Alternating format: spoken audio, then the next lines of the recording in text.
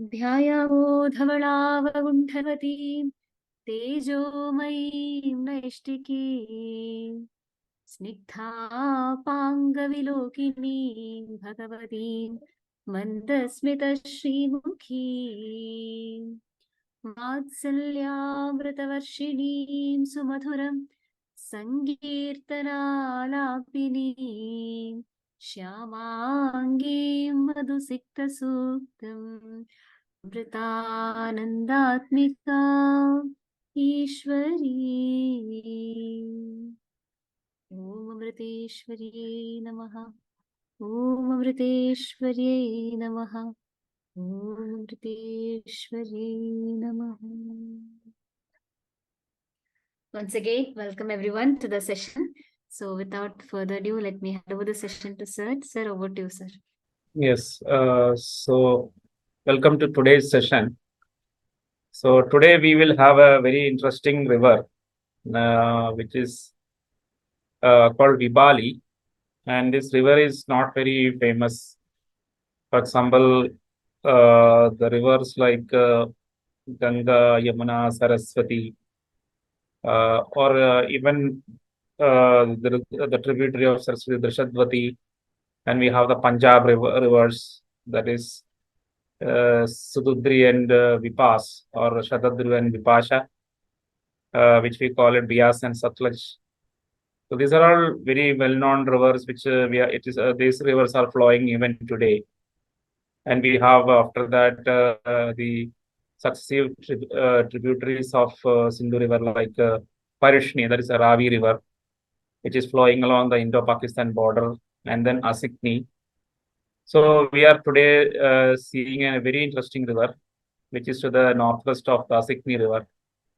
Yes, last class we have seen the Asikni River, that's the Chenab, or whatever is mentioned in the Mahabharata as Chandrabhaga.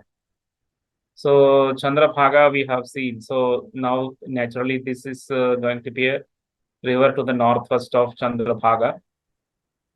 So that is a kind of river that we are going to discuss. And this river currently it is disappeared. It's not available. So it's not like the Ṛgveda mentions so many rivers. And it's not just the river Saraswati that does partially disappeared, which created so much of discussion and debate. But there are many other Ṛgvedic rivers which have disappeared or changed its courses, or non-recognizable today because of the river dynamics, either disappearance or change of courses. So Ṛgveda has information about the dynamics of the rivers, the river changing courses or getting disappearing. And straight away, like Ṛgveda is discussing that, like that is because Ṛgvedic people were living in a very long period, more than 1,000 years, or perhaps even 2,000 years in the same region. So when some people live in same region for 2 millennia, they will be observing the rivers like changing courses or disappearing, etc. It's quite natural because they are living there for 2,000 years. That is more than like 2 millennia or more, even more than that. So that has happened. So all these changes of the river is attributed to Indra. So they say that Indra is the lord of the rivers, that is the rivers flowing from the Himalayas, escaping from the clutches of the Himalayan snow, which is represented as Vritra. And so Indra has freed the rivers from the Himalayas, and the rivers start flowing into the plains. This is the local belief of the people who are living in the plains, that is the Ṛgvedic region, Ṛgvedic civilization. That is the kind of local belief that Indra has released the rivers from the Himalayan snow mountains. And that release of the rivers is also mentioned as the battle, Indra-Vritra battle, wherein Indra killed Vritra using his Vajra. And Vritra is a constrictor because it's like the ice which get obstruct and constrict the flow of the rivers. And Indra using Vajra release that clutches of the glacial or the ice that is coming into the river course. So slowly the ice sheet got melted, and the rivers started flowing in a wider stream by totally getting released from the snow. So that natural phenomena is primarily represented as the Indra-Vatra battle that we have seen that. And the expansion principle is mentioned as described as Vishnu, and the doer is mentioned as Indra, and the constricting principle, that is the frost or the ice, is mentioned as Rudra. And the rivers are anyway natural rivers. So these are all we have seen. So Indra is having a kind of Indra is attributed as the agency which changes the course of the rivers, because Indra is also the very well known as the agency which releases the rivers from the Himalayan snow, and that as a result of which Indra has full power over the rivers. And so whenever the river flow changes, the Ṛgvedic people consider that as an action of Indra. That is, Indra decided to change the course of the river. That is how they will tell. And this is also why during the Dashrajana battle, when the flow of the Parushni river initially reduced, and because of which the 10 kings decided to advance along the river to fight with Sudas on the other side, on the eastern side.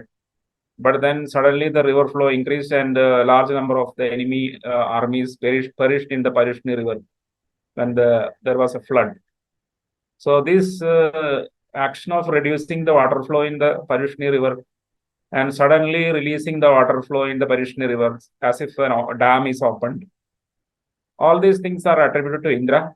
And of course, we see that it could be like King Sudas have assigned somebody to do this particular manipulation of the river by initially blocking the river flow somewhere in the far away, and then suddenly releasing as required.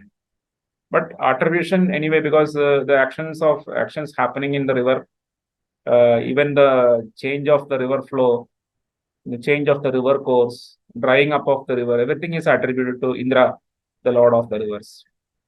So we have an interesting river called Vibali, which is flowing to the northwest of the river, Chandrabhaga or Asikni, the Chenab river. So let us look at the map, and it will be easier to understand things very, very clearly. So the very interesting river that we have, that is this Vibali here, we mentioned here, like Vibali. So if you look at how we have in our previous sessions, we have discussed about the Satluj Bias river, Satluj and Bias, that is we pass Sududri river, also called Shadadru in the Itihasas. So that river we have seen, and to the northwest of it, the Parushni river here, flowing to the Indo-Pakistan border. And somewhere here, the Dashrajana battle occurred, and the 10 kings come here, try to cross the river, and the river flow that time reduced. So they were happily crossing the river. Suddenly the flow increased, and they all got flooded and died. And Sudas become victorious because of that. That we have seen here. And to the northwest of the Parushni river, that is the Ravi or Iravati river, is the Asikni river, that is the Chenab or Chandrabhaga. So Asikni river we have seen it. And there is a river in between, Marutvida, but we are dealing it in a later class. So what comes to the northwest of it is this Vitasta river. So Vitasta is the Jalam river. So and what is Vibali? So that I will explain. So Vibali is basically the older core channel of the river. This Jalam river was flowing like this. And the river Sindhu had a kind of slightly to the eastward. So this is the current course of the river Sindhu. The very big river Sindhu is flowing like this. But as many centuries pass by, that is farther the century, the more eastward the river Sindhu was flowing. So somewhere in the middle Ṛgvedic period, the flow of the river was like this. that is around 3000 to 2500 BC period. So that in that area, that kind of period, the river flow was here. The river was flowing a little more eastern course. So that is the Sindhu River. So this is the current Sindhu, but this is the old channel of the Sindhu. And this Jalam River was like this. This is the old channel of Jalam, right? Jalam old channel I mentioned. So this flow, it was flowing and joining Sindhu here. So the with this river was the river was not flowing like this and joining the other Punjab rivers. It was not doing that. It was directly going as a tributary and joining. So this river Vitasta is coming from Kashmir. So the Vitasta river is starting from the Kashmir Valley and then descending the plains, and in the Pakistan it goes like this and goes like this, and it was flowing. So this was the original course of the this Jalam River or the Vitasta River, etc. So what happened is, so that is what I is explained in this particular Rik. This is the fourth mandala, 30th sutta and 12th Rik, or fourth book, 30th hymn, in that 12th stanza. That is the Utas Sindhum Dibalyam Itastanam Atikshami Parista Indra Mayaya. So Indra is the doer. So what he did is that there was this river Vipali, which has spread out upon the earth. Did you hem Indra by your magic power? So what is basically it is mentioning that this Vipali river had some flood. So because typically the floods are the signs of the change of the river flow. Because initially the river will be stable and flowing, and so it was stably flowing into this Sindhu river here. And at some moment, some point of time, that river started shifting. So naturally, it will cause some floods, etc., and some instability. That is what is mentioned, spread out open in the earth. So it started, see, whatever natural course of the river, it suddenly the river start flowing, not through its channel, but somewhere else. And a lot of settlement, there are settlements in that region that will be completely flooded. It could be either human settlements, or it could be some cultivation or something like some assets of human assets. All things will get flooded. But finally, did you have Indra? That I mean, this particular river, whatever that river is there, later on it becomes stable. So there was a period of instability. There is a period of stability, and then suddenly, before it was shifting the course, there was a period of instability, and later on everything become normal. That is this particular verse indicate, and it has got two verbs, two nouns and one verb. It's a noun verb actually. So you have a Sindhu river. It is mentioning that is a Sindhu river here. Then Vibali is mentioned, Vibali, and it is saying Vitastanam. Vitastanam means to shift the position or shift the course. It is like shifting of the stanam, or shifting of the course, position, everything. Like it's a change, a transformation. So that is what happening, and it is attributed, this entire action agency is attributed to Indra, and he using his Maya, he is doing like that. This is the Rishis Vamadeva Gautama. He is describing like this, and because this is a very kind of a geographically like cryptic information that is there in this particular verse, and it has got a lot of important things as far as Ṛgvedic study is concerned. That is because in the earliest mandala, like in the sixth mandala, the Ṛgvedic, the people who were authoring the Ṛgveda, they were confined to these eastern locations, right? So in the Kurukshetra, they were there. The Devadasa and such kings were ruling there. Bharadwaja's rishis were the priests, and the Devadasa, like that, the Devada, Sanjaya, Devadasa, all these ancient kings who were ancestors of Sudas were ruling there in the Kurukshetra region. So if you would go like this to the southwest to see the Kurukshetra, so in this southwestern corner right here. or the you can say like this bottom area of the laptop, so of this particular screen. So they were there. So naturally, in that early Ṛgvedic period, there is no mention of any northwestern river. So we will only see the rivers like Saraswati mentioned there, Ganga mentioned there, Yamuna mentioned there, or Saraswati tributaries like Drishadvati and Apaya, everything is mentioned there. And later on in the third mandala, which is the second Ṛgvedic mandala, as far as chronology is concerned, the early, that is sixth mandala, which is around 3300 BC or even 3400 BC kind of period, they were living there, and it is natural that none of the northwestern rivers are mentioned. It is quite natural because they were in the Haryana and within the confines of Haryana, and they know about Ganga, they know about Yamuna, they know about Saraswati and some of the tributaries of like the Abhaya, Drashadvati, etc. Third mandala, we have seen Vishwamitra coming in and crossing this particular confluence of Bias, Satluj. So they become familiar with the Punjab. So whatever Punjab district we have in India, so they become familiar with the Punjab region. And later on in the seventh mandala, we see that is chronologically the third mandala, around 3200 or 3100 BC period. We see King Sudas battling with the 10 kings, and that is along the Indo-Pakistan border. So they become familiar with this border region. So whatever is today Indo-Pakistan region, that familiarity they got. And of course, when he's crossing here, automatically it's not just like the inch by inch they are moving. So when they are here, they also know as Asikni. So that is why we have an earlier battle of this Bharata, the Samvarana Bharata, that is the enemy of Sudas, crossed Parushni, already crossed Parushni, and he got he initially got a temporary settlement here. We discussed that in the previous talk, and here he got an alliance with other. Like he got friends like this Kavi Chayamana, the Anava king Kavi Chayamana become his friend, and he got some other support. So totally 10 kings supported him. So all these things happen in the Asikni River.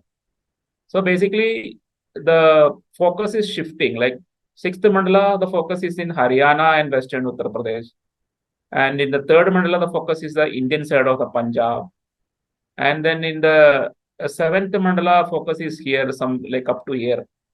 This is the horizon, like somewhere to the regions in Pakistan, but closer to Kashmir and Punjab. That is the focus area. So there is a battle of Asikni, which in which the Samvarana Bharata become victorious, and he displays some Dasyus. He got alliances. Second battle is Battle of Parushni or the Dacharachana battle. So that everything is occurred here. And subsequently, after seventh mandala, we have fourth mandala, which is the chronologically the fourth actually. Basically, both chronologically as well as numerically, it is the fourth mandala. So 6, 3, 7, and 4. Fourth mandala is both chronologically and numerically the fourth mandala. And naturally, what are the kind of rivers that we will expect in the fourth? See, you will expect they are spreading somewhere here, somewhere in this region to the northwest of Asikni. So we will expect the name Vidasta. We will expect the name Marudvratha, and even we will expect the name Sindhu, because they have already, the sphere of or circle of influence have come to this region in the fourth mandala. And this was a puzzle of all the Ṛgvedic researchers that in the fourth mandala, even though we expect this Marudvratha to be mentioned, or Vitasta to be mentioned, or Sindhu to be mentioned, at least Sindhu, this much region, we expect to be mentioned. But we don't see any of these names. But we only see Vibali mentioned there. And of course, there's here Sindhu is mentioned. Sindhu is basically a generic term. So some of the researchers say this is a Sindhu is a generic term because it is you can even interpret as a generic river name, because I told you some of the river names are generic. Like Apaya is a specific river name, but it can also happen to be denoting a generic river name. But we understand it based on the context. Similarly, the river name Sindhu, the Sindhu is a kind of a river name, specific river, that is Sindhu River, and it's also a generic river name. So based on our interpretation, everybody interpret whether it is generic or whether it is a specific. So here I have considered the Sindhu here mentioned here as a specific reference to the Sindhu river because of the circumstantial reasons, because the already it is fourth mandala. So naturally they have already crossed this Parushniya Signi region they have crossed. Just like in the third mandala, they have crossed the Vipasuditri region. So this much region they have crossed. That just like in the sixth mandala, they have already familiar with Western Uttar Pradesh and Haryana. So in the third mandala, they are familiar with the Punjab, Indian side of Punjab. And in the seventh mandala, they are familiar with the Parushniya Signi region. So naturally, they will be somewhat familiar with this region. So Sindhu, now when you say Sindhu, definitely it is a reference to the actual Sindhu river itself. You can't escape from that particular possibility. But then the puzzle was that it is not mentioning Vidasta or Marutvrtha. So this was the puzzle I have solved in the Rivers of Ṛgveda book, and it is one of the major discovery aspect in the Rivers of Ṛgveda, apart from many other things, is that because in that period this name Vitasta was not there. Because then the name of the river, that is Jalam river, was known as Vibali in the fourth mandala period. So definitely they are familiar with the river, all the rivers here, but they were calling it as Vibali. And it was that river is what is mentioned here, Vibali. In the Vamadeva Gautama is mentioning in fourth mandala 30th sukta. It is mentioned Vibali. But then what is this Vitasthanam? So it is like in the fourth mandala period, this particular river, which is naturally flowing to the river Sindhu, suddenly got disrupted, and there was a lot of floods, etc., and finally settled in this path. And that path in the later period, because that path is not getting recorded into the fourth mandala of the Ṛgveda, because they have just, it has just happened. So typically this is also the reason, because many people say, I locate the King Kuru somewhere in the 10th mandala period. But there is no direct mention of the King Kuru in the 10th mandala of the Ṛgveda or in the late Ṛgvedic period, because it will take some time to get acceptance, right? So even though King Kuru lived in the 10th mandala period, slightly older than Sri Rama and Shantanu, because he is an ancestor to Shantanu, so naturally he is slightly older, around 100 or 200 years older than Shantanu. And of course, naturally, Sri Rama I consider as contemporary to Shantanu. So 200 years older than Sri Rama and Shantanu, who were very much attested in the 10th mandala.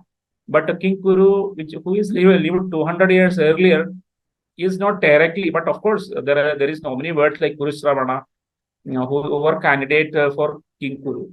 But just exactly like the name Kuru is not found as a noun, is not found in the 10th, because of the same reason. Like this has happened, but it will when the importance of King Kuru increased, that time it will be recorded, and naturally in the Mahabharata it got recorded, because Mahabharata came after 10th mandala of Ṛgveda. So in the Mahabharata, Kuru is very important for them, because they understand that all their progress, prosperity started from King Kuru, who came and renamed the Varaprithvi as Kurukshetra and the southern part as Kurujangala. All this become important when the Kuru started writing their history, which is Mahabharata. So in the Mahabharata, things get recorded. But the Ṛgvedic rishis were not so moved, or they were not so impressed, or they were not so influenced by the King Kuru, so they are not mentioning it. Even then, indirectly, Kurusravana is there. The word Kuru itself is there as a verb, it is there, which is used instead of the more ancient word Krunu. The new word Kuru is there. So indirectly, the Kuru references are there, but direct references are not there in the 10th mandala. But he was living in that period, in the later Ṛgvedic period, somewhere contemporary to the 8th mandala or 9th mandala, that he was living there. And so similar situation. So see the Sukta, the Rik mentioned like this Sindhu, the Vibali river. Naturally, the geographical sense of it is like the Vibali river was flowing into the Sindhu river, and it was a stable river. And suddenly it started changing its course, creating a lot of floods and all, and finally settled into another new course. And that news course is recorded in this verb, not at a noun. It is recorded in the verb, like Vitastanam. So the Vibali river changed its course. So changing its course is that concept is recorded in this verb actually, Vitastanam, that is shifting, changing, or changing position, or changing the course, changing the flow. So that is mentioned here. And what happened in the during the 10th Mandala period, they use this verb, they converted this verb into a noun called Vitasta. That is a female name of a river. So a river which have changed its course, that is what what is there in the memory of the rishis. It was originally known as Vibali, but they know that they remember that this river has changed its course. So somewhere in the late Ṛgvedic period, this particular changing course happened in the middle Ṛgvedic period, neither early nor late, but in the middle Ṛgvedic period, the changes happened. And the new river course is going like so. When the river changed its course in the middle Ṛgvedic period, at that time, they just simply call it Vibali because see, typically the same old name will continue. So even though the river Vibali is this is the course of the river Vibali. The changed river also is described as Vibali because they are not yet recognizing it as a new river or a new channel of an existing river. But by the late Vedic period, they found that okay, I can't use the older name Vibali because it's a totally different river channel. The new river has to be called by some other name, and that name is Vitasta because they know that the Vibali river changed the course and then the new course started. New course occurred. So because the word Vitasta indicate that this river was earlier Vibali, that is in the 4th Mandala period, this river was earlier known as Vibali, and it was flowing into the river Sindhu. And now we are in the late Ṛgvedic period, in the 10th Mandala period, and the river have a very, very unique or different kind of an identity than the Vibali river, because it is now flowing like this and joining Chenab basically. Because this is a very unique kind of a course of the same river, and to tell to the reader, tell to the listener that this river is a changed river, that is a river which have changed its course. Then the word Vitasta is used. The word Vitasta means that like it is a river which changed its course. That is the meaning. So that is why the Vitasta is there. So then one puzzle is solved. Why the river Vitasta is not found in the middle Ṛgvedic period? Because the river was known as Vibali. That is why it is not, the Vitasta word is not found in the middle Ṛgvedic period. By the 10th Mandala onwards, because the Vibali is now faded out of memory, right? That this particular river and its impact in the minds of people got faded away. So the change, its identity is like change river. That is the identity. And change river means Vitasta. That new name got more prominence. So the same river with the two different courses. So this is the middle Ṛgvedic period courses is known as Vibali, and the late Ṛgvedic course, this is the course, and this is also the same course in the today also. So this late Ṛgvedic course is Vitasta because it indicates a river that is changed. So now one puzzle is resolved. Even though the Ṛgvedic people have migrated up to here, why the name Vitasta is not found in the late middle Ṛgvedic period? Answer is that time the river is known as Vibali. That is the answer. And in the late Ṛgvedic period, this Vibali name got faded away. The Vitasta river name got dominance. So that same river with a changed course is recorded in the late Ṛgvedic period. So that is why in the Nadi Sukta, you can say Imam me Gange Yamune Saraswati Sududri Stomam Sajataya Varishnya Asiknya Marudbrthe Vitastarjigiye Srunyus. So Vitasta is here. So Vitasta, the same Vibali in the 4th Mandala is recorded in the 10th Mandala. This because Nadi Sukta is in the 10th Mandala. So in the 10th Mandala, the river is recorded as Vitasta. Because in the 10th Mandala, the river is flowing like this, it has a new identity. Now everybody will ask what happened to Marudbrtha. So there should be similar reason why Marudbrtha is not mentioned in the 4th Mandala or the middle Ṛgvedic period. Because the Ṛgvedic people are already familiar with this much region. So Vidasta we understood. Vidasta name is not, it is not a middle Ṛgvedic name. So Vidasta name got dominated in the late Ṛgvedic period. So in the 10th mandala, that name became dominant. And connection is already there between the connection between Vipali and Vidasta is already there in the middle Ṛgvedic period. So Vipali's changed courses Vidasta. But river got dominated by that name in the 10th mandala. So that name is applied in the 10th mandala. So that way, why both things are resolved. Why the name river? There is a river called Vibali in the middle Ṛgvedic period in the 4th mandala. That is resolved. Why there is a river named Vidasta in the 10th mandala, which is never mentioned in the 4th mandala. Again, that also resolved. Now the only problem is with the Marutvrtha. So why is this Marutvrtha not recorded in the 4th mandala or in the middle Ṛgvedic period? So I explored, and what I understood is this particular channel is a similar kind of a, because the Vidasta is highly dynamic river. So it has our earlier course here, but later on it has got a channel like this. And this channel become active during the late Ṛgvedic period only. This is a very much volatile channel, that is the Marutvrtha. The Marutvrtha channel, this is another second channel of the Jalam river. So river was flowing like this, and there was a small flow like this, Marutvrtha flow. And the Marutvrtha flow, connected, it was somewhere connecting me like this actually.